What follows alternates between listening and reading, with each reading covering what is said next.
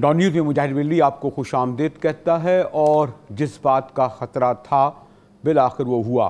यकीनन इस्लामाबाद की इंतज़ामिया और हुकूमत ने कोशिश की थी कि किसी तरह मुज़ाकरात के ज़रिए 20 दिन से जो धरने पे बैठे थे उन्हें घर वापस भेज दिया जाए, लेकिन ये वो धरने वाले नहीं थे कि जो आसानी से घर जाते। और फिर आज आपने देखा कि जब सुबह ऑपरेशन का आगाज़ हुआ तो उसके बाद कितने शदीद रद्दमल का इजहार न सिर्फ इस्लामाबाद में हुआ और जो फैल कर लाहौर, कराची बल्कि दीगर अजला में भी पहुँच गया। लेकिन यकीनन इसका आगाज़ इस्लामाबाद में हुआ। वहाँ के ब्यूरो चीफ इफ्तिखार शिराजी हमारे साथ हैं। फिर कराची पे नज़र है हमारे काजी हसन की, उनके पास भी जाएंगे। हमारे सीनियर रिपोर्टर पिंडी में शकील करार भी होंगे और हुकूमत पंजाब के तर्जुमान से भी गुफ्तगू करेंगे। लेकिन पहले इफ्तिखार के पास चलते हैं। इफ्तिखार, यकीनन रात को इसकी प्लानिंग कर ली गई होगी, हिकमत अमली तैयार कर ली गई होगी। आप ये समझते हैं कि जो तैयारी की गई, जो हिकमत अमली इख्तियार की गई, उसकी वजह से नुकसान कम हुआ? क्योंकि आपको इल्म है कि हुकूमत के जहन में, ख़ास तौर पर पंजाब हुकूमत के जहन में लाल मस्जिद ही नहीं, साने मॉडल टाउन का भी डरावना ख्वाब मौजूद था और फिर जिन लोगों से निमटना था वो भी जान हथेली पर लेकर आए थे। तो आज आप क्या समझते हैं कि ये इसको एक आप कहेंगे कि मारूफ इस्तिलाह में कामयाब ऑपरेशन था, या उस जो हिकमत अमली तैयार की गई उसके मुताबिक इनसे नहीं निपटा जा सका? इफ्तिखार, मुझे साहब जैसे आप कह रहे हैं, इनफैक्ट कि मेरे ख्याल में 20 दिन का वक्त भी इसीलिए लगा कि शायद हुकूमत को ये खदशा था कि कहीं ऐसा ना हो कि फिर लाल मस्जिद जैसा सानिया हो जाए, फिर मॉडल टाउन जैसा सानिया हो जाए। और बार बार इसके बावजूद कि शायद एक हफ्ते के बाद हुकूमत की मुकम्मल तैयारी थी और ऑपरेशन किया भी जा सकता था, लेकिन कुछ रिपोर्ट्स ऐसी भी आ रही थी कि शायद इन धरने वालों के अंदर कुछ लोग ऐसे बैठे हैं कि जिनके पास असलहा भी है, जिनके अज़ाइम कुछ और हैं, वो पाकिस्तान के अंदर एक अनारकी की कैफियत पैदा करना चाहते हो। तो मेरे ख्याल में हुकूमत ने इसीलिए सेकंड थाट लिया और चीज़ों को आगे लिंगर ऑन करती गई, और यही वजह है कि 20 दिन का वक्त लिया हुकूमत ने इस ऑपरेशन को करने में। और रात भी जो स्ट्रेटजी थी उसमें भी वाज़ेह तौर पर जो कानून नाफिज करने वाले इदारे थे उनको ये अहकामात थे कि किसी किस्म का वेपन का यूज़ नहीं होगा। और यही वजह है कि आज हमने देखा है कि वो FCI एहलकार हों, वो पुलिस हो या दीगर जो साथ में सपोर्टिंग फोर्सेस थी, किसी के पास वेपन हमने नहीं देखा और ना वेपन का यूज़ उस अंदाज में हुआ। अगरचे रबर की गोलियां यूज़ की गई लेकिन कहीं भी असला जो है वो इस्तेमाल नहीं हुआ उस अंदाज में। लेकिन जहाँ तक आप स्ट्रेटजी की बात करते हैं, मेरे ख्याल में स्ट्रेटजी यही बनाई गई थी कि मुजाहिरीन को चारों तरफ से घेर के और शेलिंग की जाएगी और शेलिंग के नतीजे में डिस्पर्स करके तो फैज़ाबाद की जो धरने वाली जगह है वहाँ पर कानून नाफिज करने वाले इदारे उस एरिया को कॉर्डन ऑफ करेंगे और उसके बाद जो यहाँ पर शहरी ज़िंदगी मफलूज हुई थी उसको मामूल पर लाया जाएगा। लेकिन ऐसा मुझे साहब नहीं हुआ। एक तो ये है कि ज़रूर किया गया ये कि शेलिंग बड़ी बेतहाशा हुई है, लेकिन मुजाहिरीन के लिए एग्जिट के रास्ते मौजूद थे, उनको मुकम्मल तौर पर उस तरह अंदाज में गार्डन ऑफ नहीं किया गया, उनको मुहासरे में नहीं लिया गया कि अगर वो इफ्तिखार, अगर मैं आपसे क्विक और ये पूछ लूँ कि क्या यानी आप लोग भी कवर कर रहे थे और वो जो इश्तियाल अंगेज़ी वहाँ तकरीरों में और बयानों में हो रही थी और हम कैमरे की आंख से भी देख रहे थे कि उनके पास डंडे मौजूद थे, और फिर ये भी कहा जा रहा है कि सिर्फ खाली इस तंजीम के लोग नहीं बल्कि दीगर अनासिर भी जो आमतौर पर ऐसे मौके की ताक में रहते हैं वो भी आए। तो क्या ऐसी इत्तलात हैं कि जिस तरह लाल मस्जिद का तो खैर हमारे सामने का वाक़या सानिया था, मॉडल टाउन में एक तरफा हुआ, यहाँ भी जो मुजाहिरीन थे जो धरना दिए बैठे थे, क्या उनके पास डंडे के अलावा भी कोई असला था? इफ्तिखार, नहीं, अभी तक मुजाहिद साहब ऐसी कोई इतलात और ना ही कोई एविडेंस सामने आई है कि उन लोगों के पास डंडे के अलावा भी कुछ था। मेरे ख्याल में अपने तहफ़्फ़ुज़ के इन्होंने कुछ जो लकड़ियों से कुछ शील्ड्स बनाई थी वो उनके पास थी। उसके अलावा मेरे ख्याल में उन्हें इतना भी पता था कि अगर शेलिंग हो शदीद और ऐसे में अगर आप अपने इर्द गिर्द आप आग लगा दें तो उससे शेलिंग के असरात कम हो जाते हैं। एक तो उनसे उन्हें एक प्रोटेक्शन मिली है, साथ में जो हवा का रुख था वो भी शेलिंग जो जहाँ से हो रही थी, शैल का जो धुआं था दोबारा उसी तरफ जा रहा था, गोया कि सिक्योरिटी फोर्सेस की तरफ जा रहा था। और साथ में ये ज़रूर है कि जब आपने शेलिंग किया तो वहाँ से लोग भागे हैं, उसके बाद वो गए हैं शहर की तरफ, मरी रोड की तरफ। मरी रोड की कई मसाजिद से फिर दोबारा ऐलानात हुए हैं, लोग रीग्रुप हुए हैं और वहाँ से जो उनको एक सपोर्ट मिली है, अगरचे 1800 से 2000 तक की तादाद में लोग थे जो इनिशियली डिस्पर्स भी हुए, और हमने देखा है कि सिक्योरिटी फोर्सेस के लोग उस स्टेज तक जा पहुंचे थे जहां उनके मरकजी क़यादत मौजूद थी, और अब लग रहा था कि शायद उनकी गिरफ्तारियां होंगी और उसके बाद बाकी लोग डिस्पर्स हो जाएंगे। अब बिल्कुल एक क्विक आखिरी लाइन कहें, फिर मैं काजी साहब के पास भी जाऊंगा और जरा शकील करार से भी रब्ता करूंगा। क्या इस वक्त जो आपकी क्या इत्तलात हैं, मुकम्मल तौर पर धरने के मुजाहिरीन को मुंतशिर कर दिया गया है, हालात जो हैं इंतज़ामिया के काबू में हैं, या अभी तक जो सूरत हाल दोपहर के वक्त संगीन हो गई थी और शाम तक भी आ रही थी? बहुत क्विक स्पेसिफिक बताएं, सूरत हाल कितनी गंभीर संगीन है, ख़ास तौर पर वो जो जिस जगह फैज़ाबाद के इतराफ़ में?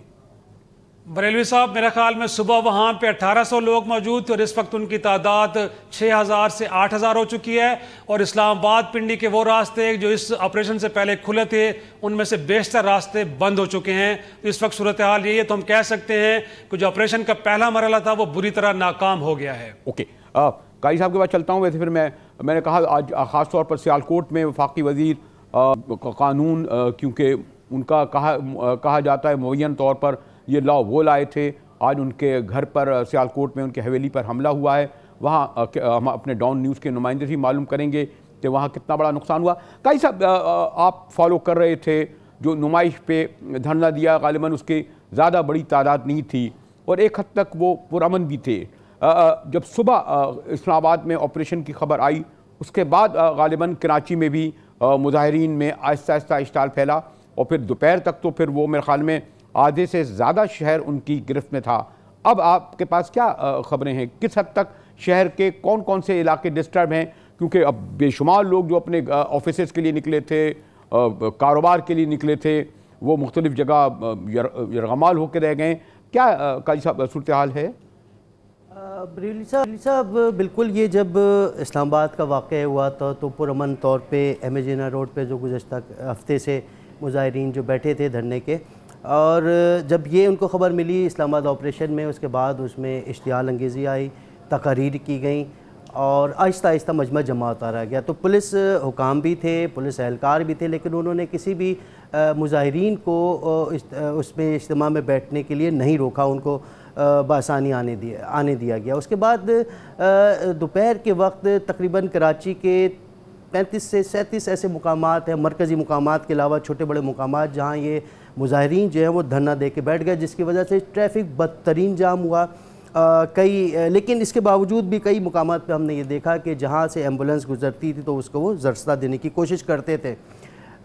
लेकिन इसके बाद जब शाम में सूरत हाल जब एक आपस में ये कशीदगी हुई, हालांकि कि पुलिस ने बड़ी कोशिश की और उनका यही स्ट्रेटजी थी कि वो किसी तौर भी तसादुन की राह नहीं अपनाना चाह रहे थे, इसलिए वो हर मुमकिन तौर पे कोशिश कर रहे थे कि पुलिस एहलकार के वो कोई दरमियानी रास्ता निकालें और उनसे बातचीत। शकील, मैं ये मालूम करना चाह रहा हूँ अब क्या सूरत हाल है, ताकि मैं ज़रा शकील करार से भी पूछूँ कि वो किस तरह जो कवर करते रहे सारा दिन, वो किस तरह अपने एतराफ़ की सूरत देख रहे हैं। स्पेसिफिक ये बताइए कि 37 मकामात पे बता रहे हैं, अब कौन कौन से इलाकों में आप तक खबर है कि गड़बड़ मौजूद है और जहाँ पर जो है मुजाहिरीन और मुश्तइल मुजाहिरीन के काबू में वो जगह है? शकील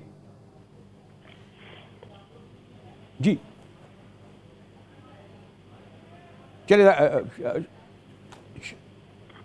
शकील काजी साहब से पूछा। काजी साहब, अच्छा आप बता दें सूरत हाल क्या है इस वक्त, आपके पास क्या सूरत हाल है? जो आप कह रहे थे कि इतने मुकामात पर गड़बड़ है, अब क्या सूरत हाल है? अब बेशतर शहर के जो इलाके हैं वो खुल चुके हैं, सिवाय एमेजिना रोड पे जो मुजाहिरीन हैं और जो धरना दे के बैठे हुए हैं वो पुरअमन तौर पे बैठे हुए हैं। नुमाइश वाले जो हैं वो अब एमेजिना रोड पे आ गए हैं। जी, वो नुमाइश पे ही, एमेजिना रोड जो है नुमाइश पे वो बैठे हुए हैं, जबकि एयरपोर्ट, शहर फैसल और जो दीगर मुकामात हैं वहाँ पुलिस और रेंजर्स ने, क्योंकि अभी DG रेंजर्स के भी वाज़ेह अहकामात आए थे कि फ़ौरी तौर पर रेंजर्स जो है वो एहलकार निकले और जो बंद रोड हैं और जो शहरियों को मुश्किलात हो रही है उसको फौरी तौर पे हल करने के लिए तमाम रास्ते जो हैं वो पुरअमन तौर से खुलवाएं। एक दो जगह झड़प के अलावा अब मजमूई तौर पे सूरत हाल ये है कि बेशतर इलाके जो शहर के वो खुल चुके हैं, नुमाइश के अलावा वहाँ, क्योंकि एहतजाजी मुजाहिरीन अब नुमाइश पे क्या खासी बड़ी तादाद में आपके ख्याल में, जिस तरह अगर हमारे बता रहे थे इफ्तिखार के जो सुबह के वक्त से इस्लामाबाद में लोग, उनकी तादाद में 4 या 5 गुना इजाफा हुआ है, आपकी क्या इत्तलात हैं? कराची में जो नुमाइश पर लोग थे उनकी तादाद में इजाफा हुआ है कम हुए, बल्कि लेकिन एक बात और भी आपने फॉलो की होगी कि वो फैल गए हैं। हत्ता कि 3 तलवारों में भी मैंने देखा उन्होंने कम से कम इतनी बड़ी तादाद में ज़रूर थे कि उन्होंने एक सड़क को बंद कर दिया था और भी इलाकों को उन्होंने कुछ बंद करा। तो ये जो फैले थे अब वापस अपने घरों को लौट गए हैं, अपने मदारिस में चले गए हैं, या आपको इतना है कि अभी भी गड़बड़ हो रही है? नहीं, ये बेशतर जो मुजाहिरीन तो जो शहर के मुख्तलिफ हिस्सों में मुंतशिर थे, उन्होंने रोड ब्लॉक किए थे। नहायत मुख्तसर तादाद तो थी, लेकिन अब वो नुमाइश पे उनके धरने वालों के साथ जमा हो गए हैं। तो इस तरह सुबह में जो तादाद कम थी, अब वो बढ़ गई है तादाद, क्योंकि तमाम शहर भर के जो एहतजाजी धरना देले मुजाहिरीन थे वो एक जमा हो गए हैं।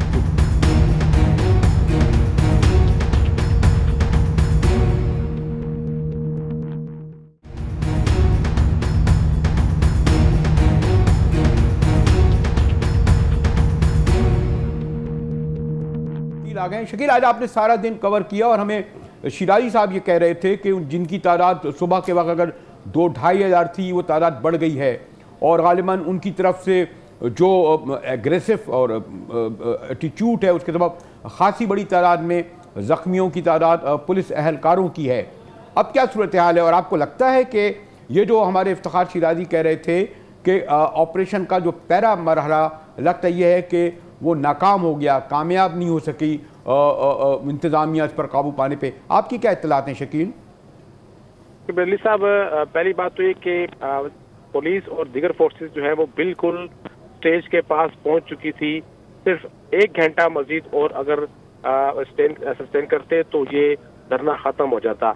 लेकिन चौहान एक्सप्रेस हाईवे का एक रास्ता है जहां से अचानक कोई लगभग 1000 के करीब लोग अचानक फोर्सेस की साथ तोड़ के अंदर दाखिल होने में कामयाब हो गए। तो उस दौरान में पुलिस ना चाहते हुए भी उस चीज को कंट्रोल नहीं कर सकी कि हम किस तरह रोक सके, लेकिन वो लोग अंदर आ गए। वो लोग जब अंदर आए तो पुलिस बिल्कुल धरने वालों के सर पर बैठी थी, उनके स्टेज के पास पहुंच चुकी थी, उनके कंटेनर के पास पहुंच चुकी थी और सिर्फ 1 घंटे के अंदर सारा मजमा खाली हो जाना था। लेकिन उस दौरान में फिर हवा का रुख भी अचानक फोर्सेस के अगेंस्ट हुआ और सारी आंसू गैस उनके ऊपर आगे पड़ना शुरू हो गई। तो वो मुतासर होकर पीछे भागना शुरू हो गए, एफसी के साथ और पुलिस भी। तो उसमें फिर उन लोगों ने जो मुजाहिरीन है उन्होंने फायदा उठाया और पुलिस पार्टी पे हमला कर दिया, क्योंकि पहले से ही सुबह से आंसू गैस खा रहे थे मुजाहिरीन और उनके पास इस आंसू गैस से बचने के तमाम सारे इंतजाम तो थे, हेलमेट, गूगल्स और मास्क वगैरह सब कुछ उनके पास था। उन्होंने अपनी हिफाजती एक वो शीट्स भी बनाई हुई थी। तो वो उन्होंने अटैक किया तो फिर पुलिस को उस आंसू गैस में अपने आप को बचाने के लिए फिर वापस जाना पड़ा और उस जगह पहुंच के जहां सुबह थे बल्कि उससे भी पीछे तक उनको पुलिस को जाना पड़ गया। अच्छा, ये मैं शकील मालूम करना चाहता हूं कि ये जो खाली पुलिस ने ही इसमें रोल अदा किया या एफसी भी आई, बल्कि जब सूरत हाल इतनी कशीदा हो तो हमने आमतौर पर देखा गया है कि फौज को तलब कर लिया जाता है और जब फौज को तलब किया जाता है तो खास तौर पर दीनी मजहबी जमातों का जो पस मंजर है वो शायद बराह रास्त उनसे तसादुम की राह इख्तियार नहीं करते। यही हमने और माजी में भी ये देखा है, क्योंकि पुलिस तो पुअर पुलिस में मैंने कहा उनके ऊपर तो हमला करना उनसे आसान होता है या दीगर इदारों से। तो अभी तक क्या आप समझते हैं कि सूरत हाल, बल्कि मैं इफ्तिखार से भी मालूम करूंगा, अब सूरत हाल इतनी संगीन इस्लामाबाद में हो गई है, इतने हमले हो रहे हैं, गाड़ियां जलाई जा रही हैं, दुकानों पर हमले हो रहे हैं कि किसी वक्त फौज को तलब किया जा सकता है? देखिए, ये जनाए के मुताबिक एक ऑप्शन पर गौर जरूर हुआ था।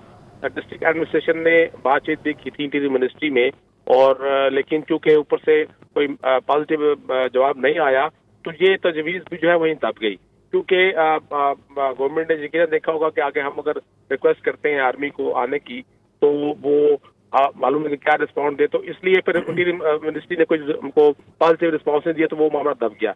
आज ऑपरेशन में इस्लामाबाद पुलिस के साथ पंजाब पुलिस के एहलकार भी थे और फ्रंटियर कांस्टेबलरी एफसी के एहलकार और रेंजर के भी थे।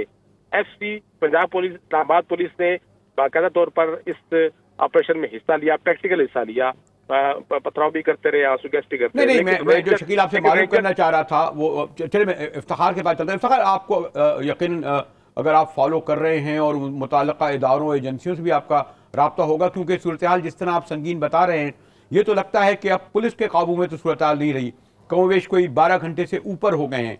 तो क्या जब सूरत हाल इतनी संगीन हो और ऐसे मराहिल पर हमने माजी में देखा है कि फौज को तलब किया जाता है, क्योंकि जब इमलाक को आग लगाई जाए, आम शहरी महफूज ना हो, हत्ता कि पुलिस वालों के ज़ख्मी होने की तादाद बढ़ जाए, तो फिर आखिरी ऑप्शन तो फ़ौज का रहता है।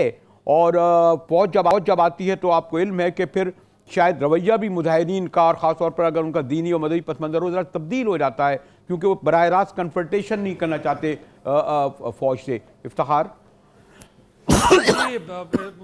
बरेलवी साहब, इनफैक्ट हमने कोशिश की है, कुछ अहम हुकूमती वज़रात से भी रब्ता किया है, और मैंने ये जानने की कोशिश की है कि क्या अब वो एक आखिरी ऑप्शन बाकी रहेगा जिसके तहत अब 245 आर्टिकल आइन का, जिसके तहत आप in the aid of civil government आप फौज को बुलाएंगे और मामलात को वही आप देखेगी। तो अभी तक कोई ऐसे सिग्नल्स हमें मिल नहीं रहे, लेकिन साथ में ये ज़रूर है कि धरना गाह में कुछ रेंजर्स के हुकाम गए हैं और धरना के जो वहाँ पे बैठे हैं सरबराहान, उनसे एक मुलाकात उनकी ज़रूर हुई है। तो ये एक मैसेजिंग ज़रूर हुई है, लेकिन देखना यह है कि हुकूमत क्या इसकी कितनी ओनरशिप लेती है। कुछ इतलात ऐसी भी हैं कि शायद आने वाले चंद घंटों में वज़ीर आला पंजाब शहबाज शरीफ साहब और साबिक़ वज़ीर दाखिला चौधरी निसार अली खान साहब भी या तो आर्मी चीफ या फ़ौज के आला क़यादत में किसी से मुलाकात करें और इन मामलात को डिस्कस डिबेट करें। आपने पहले भी देखा है कि आर्मी चीफ की तरफ से टेलीफोनिक रब्ता प्राइम मिनिस्टर से ज़रूर हुआ है, जिसके अंदर ये बात बाहर जोर दे के कही गई है कि दोनों तरफ से वायलेंस नहीं होना चाहिए, ताकत का इस्तेमाल नहीं होना चाहिए। तो मेरा ख्याल में अब कोशिश तो यही होगी मुजाहिद साहब, और यही एक ऑप्शन बाकी रह गया है कि इस सारे मामले में किसी तरह मुल्क के जो ताकतवर तरीन इदारा है फ़ौज, उसको इंटरवीन करना पड़ेगा, उसको लाना पड़ेगा। वो अगर फ़ौज खुद इनिशिएटिव लेती है या फिर हुकूमत की तरफ से ये रिक्वेस्ट जाती है या ऑर्डर्स जाते हैं कि इस मामले को देखने के लिए, क्योंकि अब तक जो हमने देखा है पुलिस बुरी तरह नाकाम हो चुकी है। जैसे मैंने आपसे पहले कहा कि धरने के अंदर लोगों की तादाद पहले से कहीं बढ़ चुकी है। इस्लामाबाद पिंडी के जो रास्ते पहले खुले थे वो बंद हो चुके हैं, मोटरवे के कई सेक्शंस बंद हो चुके हैं, पंजाब के कई शहर हैं जिनसे लोग अब इस्लामाबाद और पिंडी की तरफ नहीं आ सकते। और मैं नहीं समझता कि ये सिचुएशन अगले कई दिनों तक जो है प्रिवेल कर सकती है। पाकिस्तान पूरा अमलन देखा जाए तो काफ़ी हद तक लॉकडाउन हो चुका है। तो ये सिचुएशन मैं नहीं समझता कि 2 या 3 दिन 4 दिन और चलेगी तो बड़ी मुश्किल सूरत हाल पैदा हो जाएगी, और पाकिस्तान का ना तो हुकूमत ये अफोर्ड कर सकती है और ना कोई और इदारा अफोर्ड कर सकता है कि आप पूरे पाकिस्तान को लॉकडाउन कर दें। तो मुझे लगता है कि हुकूमत की तरफ से इनिशिएटिव होगा और ज़रूर ये मुशावरत होगी फ़ौज के साथ कि मामले को हल करने के लिए किया जाए। साथ में रह गया धरना के बैठे लोगों का मुतालबा, तो अब इतलात वहाँ से ये आ रही हैं कि अब वज़ीर कानून का मुतालबा इस्तीफ़ा काफ़ी नहीं है, बल्कि अब पूरी की पूरी काबीना को घर जाना पड़ेगा। अब देखना ये है कि मुतालबात भी बढ़ रहे हैं, वो किस हद तक एक्सेप्टेबल हैं। और फिर अगेन जैसे हम पहले भी कह चुके हैं कि अब फौज का इदारा ही वो इदारा है कि जो किसी तरह से मीडिएशन करके 2014 में भी आपने देखा था, मुजाहिद साहब आप भी देख रहे थे, हम भी देख रहे थे कि बिलाखिर फौज के इदारे ने इंटरवीन किया था और वहाँ उस वक्त के दोनों मुझे एक ब्रेक की तरफ जाना पड़ रहा है, बल्कि उसके बाद मैं ज़रा ये भी आपसे मालूम करूँगा, काजी साहब से भी मैं वैसे ये सवाल करूँगा कि क्या रेंजर्स अब हाल को देख रही है, और ख़ास तौर पर मैं शिराजी आपसे और शकील से यही मालूम करना चाहूँगा कि ये जो मरकज़ी क़यादत कहाँ है, यानी जो लब्बैक नामी तंजीम की, क्या उससे बराह रास्त नेगोशिएशन हो रहे हैं? क्या उनके मरकज़ी कायदीन को गिरफ़्तार किया गया है? क्या वो सब पूरी क़यादत, यानी ये जो ग़ालिबन खादिम रिजवी साहब हैं इस्लामाबाद में हैं, फिर मेन तो उनका लाहौर में ही गढ़ और जो है किला है, क्या उस क़यादत से कोई बात हो रही है? और अब किस सतह पर जो मुजाहिरीन थे उनकी मरकज़ी क़यादत से वफाकी हुकूमत या दीगर इदारे बातचीत कर रहे हैं? हमारे साथ रहिएगा, मिलते हैं एक ब्रेक के बाद।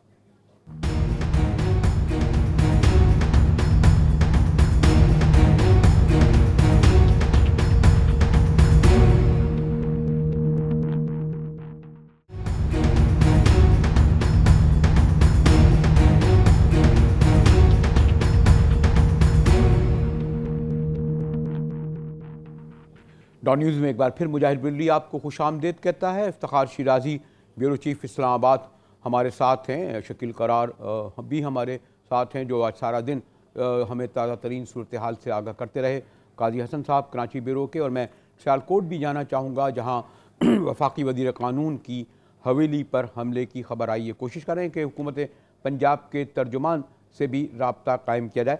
काजी साहब, जो मैंने आपसे ब्रेक से पहले सवाल किया था कि क्या पुलिस ही इनसे निमट रही है और रेंजर्स भी, लेकिन मैंने खुद ये देखा कि जब मैं आ रहा था 3 तलवारों से कि एक बहुत कोई बड़ी तादाद में लोग नहीं थे, मुट्ठी भर तादाद में लोग मौजूद थे।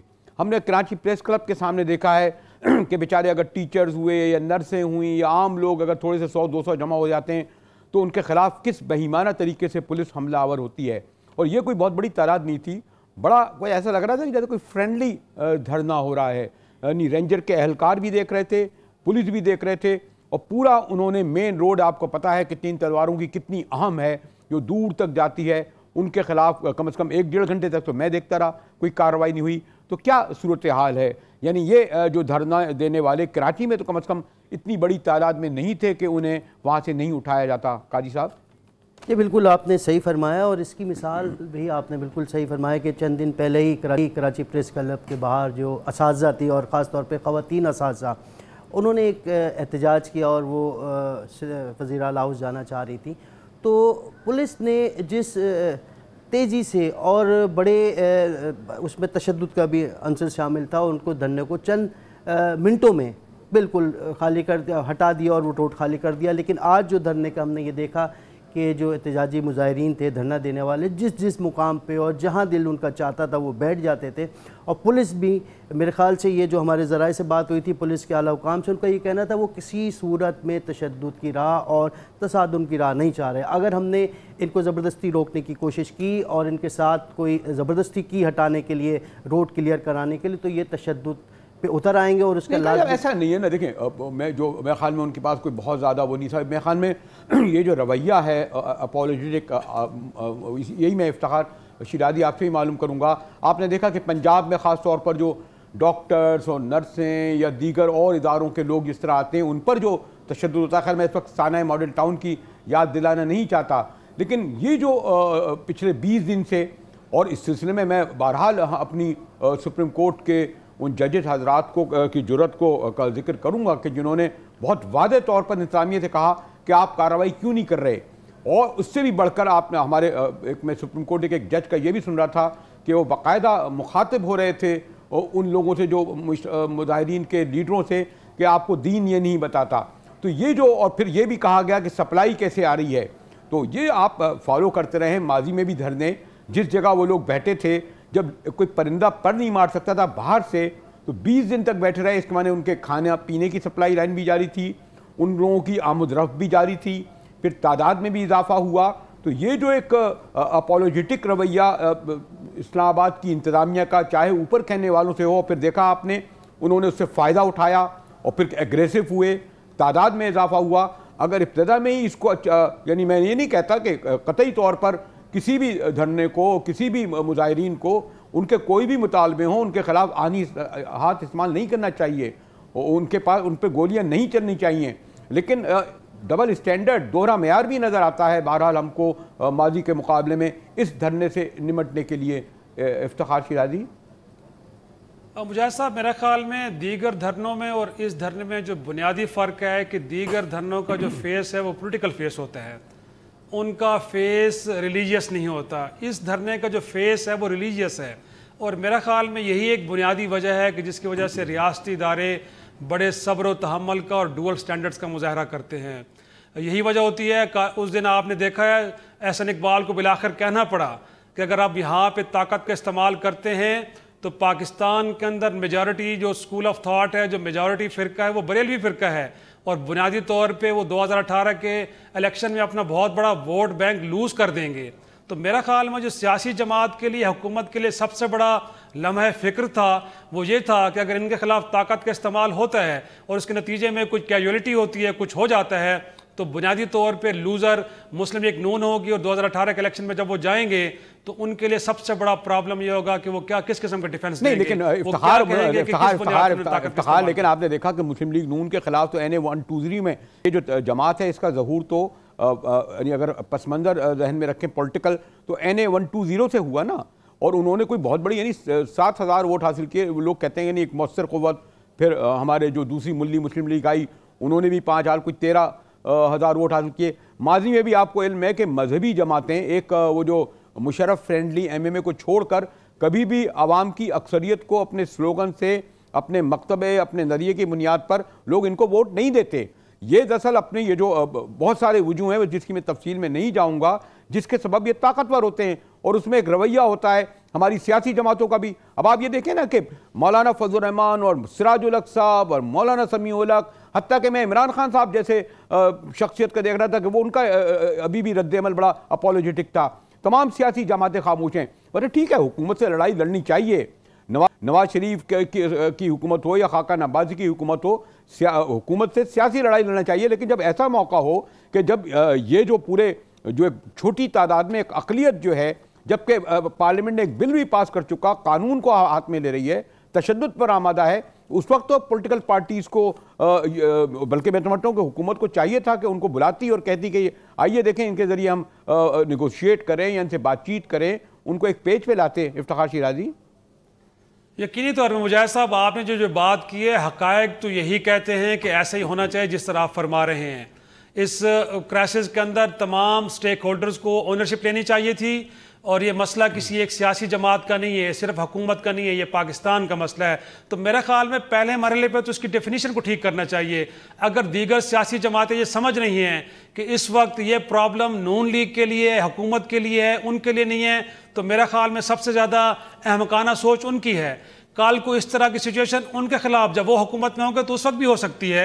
तो मेरा ख्याल में आज पॉलिटिकल विजडम जो डिमांड कर रही थी वो ये कर रही थी कि तमाम सियासी जमातों को इस सारे इशू का ओनरशिप लेनी चाहिए थी। और मैं समझता हूँ कि नून लीग की ये बात काफ़ी हद तक दुरुस्त है कि इस लॉ मेकिंग के अंदर कई माह तक डिबेट होती रही है पार्लिमानी कमेटियों में। मुजाहिद साहब, सब कमेटीज़ के अंदर पार्लिमानी कमेटी जो मेजर कमेटी है, जब उसके बाद ये डॉक्यूमेंटेशन हुई है, उसके बाद ये पूरी रिपोर्ट छपी है, उसके बाद ये कौमी असम्बली में और सेनेट के अंदर पेश हुई है, उसके बाद इसके ऊपर डिबेट हुई है और तब जाके एक लॉ बना है। तो अगर हम ये कहें कि अगर ये गलती हुई भी है और उसका सारा का सारा मलबा हम नून लीग पे डाल दें और दीगर जमातें सारी की सारी बरीजुमा हो जाएं, और इसीलिए बरीजुमा हो जाएं कि क्योंकि हुकूमत एक मामले में फंस चुकी है और इनको टफ टाइम देना है, तो लिहाजा खामोश होकर घरों में बैठ जाएं और किसी किस्म की आवाज़ ना उठाई जाए। तो मेरा ख्याल में सियासी जमातों ने बड़ा ही नेगेटिवली यहाँ पे प्ले की है। ये आपकी बात बिल्कुल दुरुस्त है। आज इस क्राइसिस के अंदर उन्होंने नून लीग को अकेला छोड़ा है, कल को ये सिचुएशन उनको भी फेस करनी पड़ सकती है। ये मामला सिंध में भी उठ सकता है, ये मामला KPK में भी उठ सकता है, ये किसी और जगह पे भी उठ सकता है। तो हर जमात अकेली खड़ी होगी। मैं समझता हूं कि ऐसा नहीं होना चाहिए था, लेकिन बदकिस्मती से हकायक यही हैं कि आज नून लीग अकेले खड़ी है, उसे ब्लेम किया जा रहा है, बाकी तमाम जमातें बैठ के तमाशा देख रही हैं। और यही वजह है कि फिर जब आप बार बार बात करते हैं ना कि जब पॉलिटिकल फोर्सेस के अंदर ये अहलियत नहीं होती कि वो इस तरह के मसाइल हल कर सकें, तो फिर होता यही है कि फिर किसी और इदारे को आना पड़ता है। तो फिर मेरे ख्याल में सियासतदानों को गिला भी नहीं करना चाहिए कि गैर जमहूरी ताकतें क्यों आती हैं, क्यों इंटरवीन करती हैं। मेरा ख्याल में आप खुद स्पेस देते हैं तो दीगर इदारे इंटरवीन भी करते हैं, मामलात अपने हाथ में भी लेते हैं। वो इफ्तिखार, मुझे एक ब्रेक की तरफ जाना पड़ रहा है। काजी साहब आपकी तरफ भी आऊँगा, और मैं सियालकोट भी जाना चाह रहा था ताकि मालूम करूँ कि जाहिद हामिद साहब के जो घर पे या हवेली पर जो हमला हुआ वहाँ, और फिर ज़रा लाहौर में अपने नुमाइंदे मालूम करूँगा कि वहाँ भी सूरत हाल खासी संगीन है, क्योंकि बहरहाल इस तंजीम का जो धरना दे रही थी वो उसकी बड़ी तादाद लाहौर से चल कर आई थी। वहाँ क्या सूरत हाल है, हमारे साथ रहिएगा। मिलते हैं एक ब्रेक के बाद।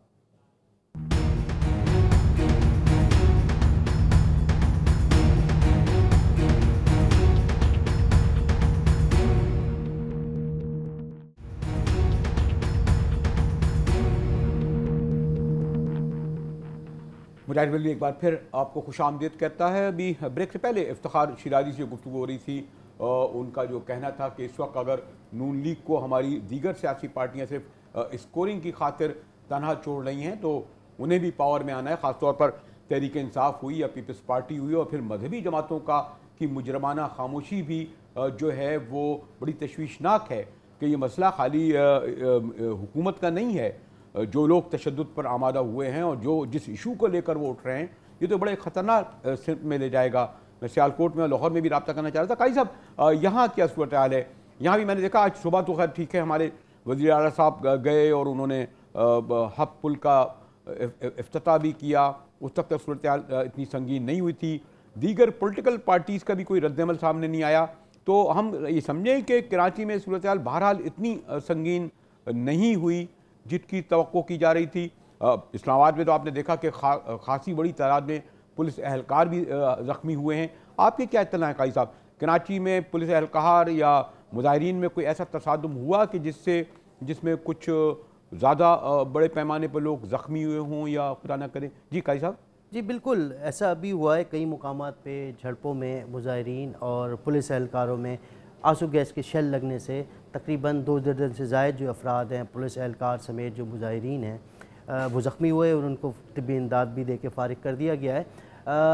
ये जो मुजाहिरीन का जो सड़क पे बैठने सिलसिला शुरू हुआ था, तो वज़ीर आज़म सिंध ने एक नोटिस लिया और IG सिंध को भी हिदायत जारी की थी कि रोड क्लियर करवाएं। उसके बाद शाम में DG रेंजर्स की तरफ से वाज़े अहकामात आए, जब रेंजर्स को इन्होंने कहा कि वो पूरे शहर में हर उस मकाम पे वो रोड क्लियर करें और शहरियों को परेशानी से बचाएं। उसके बाद से फिर हमने ये देखा है कि मुख्तलिफ शहर के जो मकामात हैं, शहर फैसल समेत जो अहम शाहराएँ थी, उनको फौरी तौर पर एहतजाजी मैं जो अगर गालिबन 2:30-3 बजे करीब अगर मैं देखूँ 4 बजे तक जो मैंने रेंजर की खुद गाड़ियाँ देखी कि मैंने कहा ना एक बहुत ही मुट्ठी भर लोग जो है वो 3 तलवारों की एक साइड पर धरना दिए बैठे थे और कोई इतनी बड़ी तादाद नहीं थी जिनको वो हटा नहीं सकते, और उन्होंने पूरा जो है हज़ारों गाड़ियों को रोके रखा हुआ था, दुकानों को बंद करा रहे थे।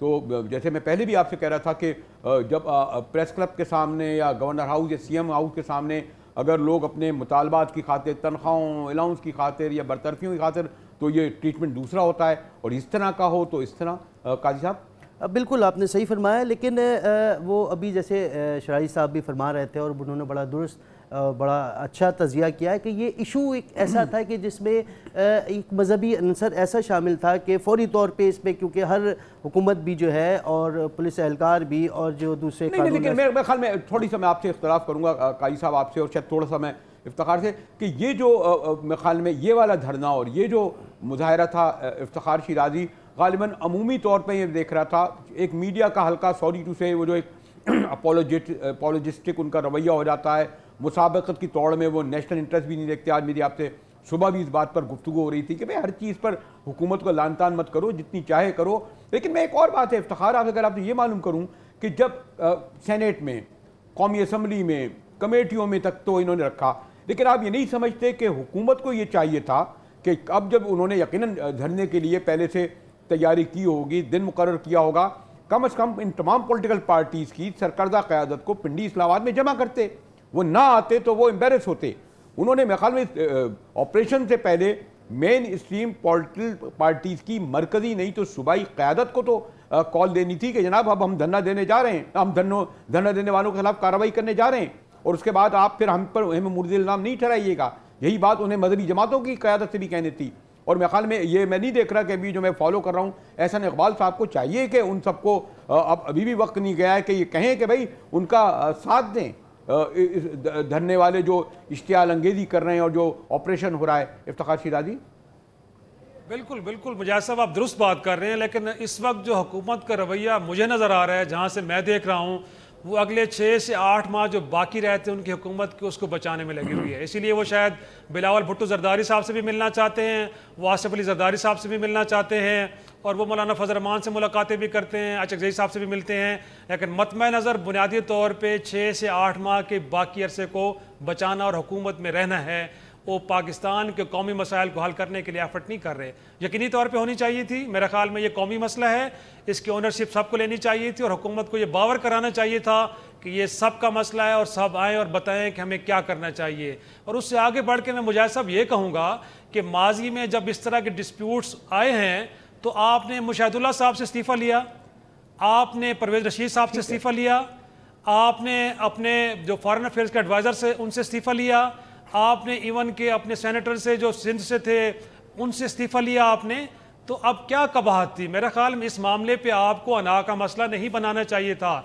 अगर आप समझते हैं कि आप हक बजाने थे, गलती अकेले आपसे नहीं हुई, सबने की है, तो जायद साहब को कुछ अरसे के लिए इस्तीफा लेने में कोई हर्ज नहीं, मुझे आप ले लेते और बेहतर अंदाज में इस मसले को हल किया जा सकता था। जरा इफ्तिखार मैं लाहौर भी चलता हूँ, जरा वसीम रियाज हमारे साथ हैं, जरा उनसे मालूम करूँगा इफ्तिखार यहाँ क्या सूरत हाल रही, क्योंकि लब्बैक नामी तंजीम जो चल कर जो है इस्लामाबाद पहुँची थी उसका असल यानी गढ़ और उनकी क़ुव्वत तो लाहौर में है।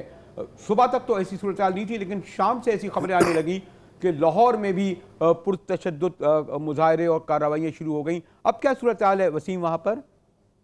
जी देखिए, अभी जो सूरत हाल दिन के टाइम देखने में आ रही थी वैसी तो नहीं है, लेकिन अलबत्ता शहर की अहम शाहराहों पर इस टाइम धरना जो है वो जारी है। 22 के करीब जो मुकामात हैं वहाँ पर इस टाइम जो है मजहबी जमात की तरफ से धरना दिया जा रहा है। दिन के टाइम पथराव भी हुआ, पुलिस के साथ शेलिंग भी, और उसके बाद शादरा के इलाका में थाने के बाहर एक मोटरसाइकिल जो है वो भी नजर आतिश की गई। लेकिन अब जो हालात हैं वो इससे कुछ मुख्तलिफ हैं, लेकिन अभी भी शहर जो है वो मुकम्मल तौर पर जैम है। माल रोड पर इस टाइम जो है वो धरना जारी है, और जो इर्द गिर्द के इलाकों में जो धरने थे वो भी इस धरने में जो है वो जम हो चुके हैं। यहाँ पर पुलिस की भारी नफरी जो है वो तैनात की गई थी, और लगता ऐसे था कि जैसे पुलिस यहाँ भी ऑपरेशन जो है वो करेगी। एक मैं सवाल आपसे भी करना चाहूंगा, बल्कि इफ्तिखार से भी मालूम करना चाहूंगा, मरकजी क़यादत कहाँ है जो तंजीम कर रही थी? क्या वो गिरफ्तार है? क्या वो अंडरग्राउंड चली गई है? हुकूमत किसी सतह पर उनसे राब्ते में है? लाहौर में खासतौर पर उनका, जैसे मैंने कहा कि असल उनका हेडक्वार्टर भी यहाँ पर है, क्या कोई ऐसी इत्तला है कोई आपको कि मरकजी क़यादत की गिरफ्तारी हुई है? खुद खादिम रिजवी साहब गालिबन उनके हेड हैं या मुजाहिद साहब इस्लामाबाद में तो उनकी मरकजी क़यादत एक कंटेनर के अंदर मौजूद है। खादिम हुसैन रिजवी साहब वहाँ पे मौजूद हैं। अच्छा। किसी किस्म की कोई गिरफ्तारी नहीं हुई। छोटे मोटे प्रोटेस्टर्स को ज़रूर पकड़ा गया है, 100 से 150 लोग ज़रूर गिरफ्तार हुए हैं, लेकिन ये प्रोटेस्टर्स हैं और उनकी मरकजी क़यादत एक कंटेनर के अंदर महफूज है, मौजूद है। उनसे कोई मुलाकात हो रहे हैं, उनसे कोई बातचीत चल रही है? क्या आप तक इत्तला है ऐसी इफ्तिखार जो कंटेनर में है, क्या उनसे राब्ता हो रहा है? मैंने जैसे आपको पहले मुजाहिद साहब बताया कि रेंजर से कुछ हुकाम उनसे ज़रूर मिलने के लिए गए। उन्होंने क्या मैसेज दिया है, क्या वो कोई पैगाम लेके गए थे, किस लिए गए थे, क्यों गए थे, क्या बात हुई है, अभी तक कुछ नहीं आया। लेकिन जैसे मैंने आपको पहले बताया कि अब धरने की तरफ से जो डिमांड आ रही है वो सिर्फ ज़ाहिद हामिद साहब का इस्तीफ़ा नहीं है। अब वहाँ से ये कहा जा रहा है कि पूरी की पूरी काबीना को घर जाना चाहिए, तब वो इस धरने से उठेंगे, उससे पहले नहीं उठेंगे। चलिए मैं एक ज़रा क्विक वसीम से और प्रकाश साहब से कर लूँ क्योंकि गुफ्तगू को कंक्लूड करना है। तो वसीम, क्या हालात इतने बेकाबू तो नहीं हुए कि पुलिस के काबू में ना रहें? और जिस तरह मैंने इब्तिदा में भी अभी अपने इफ्तिखार शिराजी से भी मालूम किया था कि जब मुजाहिरीन इतने पुरतशद्दुद हो जाएं और मुजाहिरा इतना वसी हो जाए तो फिर आखिरी ऑप्शन फ़ौज का ही रहता है। क्या इस तरह की कोई ख़बरें आप तक हैं कि पुलिस से आगे बढ़कर सूरत हाल को काबू करने के लिए कानून नाफिज करने वाले इदारों को तलब किया जा सकता है? वसीम जी देखें, बिल्कुल यहाँ पर पहले तो पुलिस बिल्कुल तैयार थी और एंटी राइड फोर्स के जो एहलकार हैं वो यहाँ पर चारों तरफ तैनात कर दिए गए थे, और वाटर कैनन जो है वो भी यहाँ पर पहुंच चुके थे। लेकिन उसके कुछ ही देर बाद सूरत हाल जो है वो यहाँ पर मुख्तलिफ नजर आई। पुलिस की तमाम नफरी जो है वो यहाँ से हटा दी गई। पुलिस का एक भी एहलकार यहाँ मौजूद नहीं था। लेकिन अब यहाँ पर जो पंजाब असम्बली और जो वापदा हुआ उसका चार्ज रेंजर्स ने जो है वो संभाल लिया है। डिप्टी कमिश्नर लाहौर की तरफ से ये खत लिखा गया था रेंजर्स को कि वो यहाँ पर पहुंचे और जो अमलाक हैं उनका चार्ज जो है वो संभाले। जिसके बाद रेंजर्स की एक कंपनी जिसमें 120 एहलकार शामिल है वो यहाँ पर पहुंच चुके हैं, और पंजाब असम्बली का और वापदा उसका चार्ज जो है वो इस टाइम उनके पास है, और पुलिस का कोई भी एहलकार अब यहाँ पर तैनात है जो वो नहीं है। जी ठीक वसीम, एक मिनट जरा मैं क्विक पूछ लूँ फिर कंक्लूड कराता हूँ इफ्तिखार आपसे। काजी साहब, तो कराची में किस लिए कि यहाँ लोग, मैंने कहा ना आपसे कि सैकड़ों की तादाद में बल्कि हज़ारों की तादाद में अपने दफ्तरों में से नहीं निकले हैं, बाहर नहीं जा पा रहे हैं, क्या इत्तलात हैं? मेन एम जिन्ना रोड खुली है, मेन शाहराह फैसल अभी तक खुली है, और क्लिफ्टन की शाहराह के बारे में क्या खबर है? क्या यानी अगर आप कोई, ताकि लोग गाइड भी हो सकें काजी साहब कोई? बिल्कुल, एम जिन्ना रोड नुमाइश औरंगी जो है वो, उसके अलावा जो बेशतर जो सड़कें हैं शहर की, शाहराह फैसल समेत वो खुल चुकी हैं, और कई मुकामात पे, शाहराह फैसल पे 1-2 मुकामात पे वो मुजाहिरीन को चाहते हैं, लेकिन बेशतर मुकामात पे खुल। यही इफ्तिखार, अगर मैं आपसे कहूँ कि पिंडी इस्लामाबाद का आने जाने वाला रास्ता बिल्कुल मुकम्मल तौर पर बंद है, ट्रेनें तो बंद थी लेकिन जो मुख्तलिफ रास्तों से जा रहे थे वहाँ से भी आमदरफ बंद है। जी बिल्कुल ऐसे ही है मुजाहिद साहब, वो रास्ते भी बंद हैं और जो पहले रास्ते खुले थे अब वो भी बंद नजर आ रहे हैं, तो अब ज़्यादा लोगों के लिए मुश्किलात बढ़ गई हैं। इफ्तिखार शिराजी और काजी साहब और लाहौर में हम सूरत हाल मालूम कर रहे थे कि वो धरना जो जिसको 20 दिन हो गए थे, और आज सुबह ही कहूँगा 7 बजे ये ऑपरेशन का आगाज़ हुआ। और जो ख़तरनाक सूरत हाल, संगीन सूरत हाल ये है कि हमारे जिस तरह के ब्यूरो चीफ इस्लामाबाद के कह रहे थे कि मुजाहिदीन की तादाद जो सुबह कुछ 2-2.5 हज़ार पे थी, उनकी तादाद अब 5-6 हज़ार तक पहुँच गई है। कराची में सूरत हाल इतनी संगीन नहीं है, ताहम लाहौर के नुमाइंदों का कहना है कि वहाँ भी सूरत हाल खासी संगीन है। दीगर गुजरांवाला, सियालकोट से भी खबरें आ रही हैं, और अगर हुकूमत ने फौरी तौर पर ये इनिशिएटिव नहीं लिया और अस्करी इदारों और कानून नाफिज करने वाले इदारों के साथ साथ सियासी और मजहबी जमातों को भी जो मेन स्ट्रीम है उसको अगर एतमाद में नहीं लिया तो खुदा न करे फिर आने वाले दिनों में ये सूरत हाल मज़ीद संगीन होगी। अपने तीनों नुमाइंदों का शुक्रिया अदा करता हूँ। मुजाहिद बेली को इजाज़त दीजिए। कल आपके सामने फिर इसी वक्त हाजिर होंगे।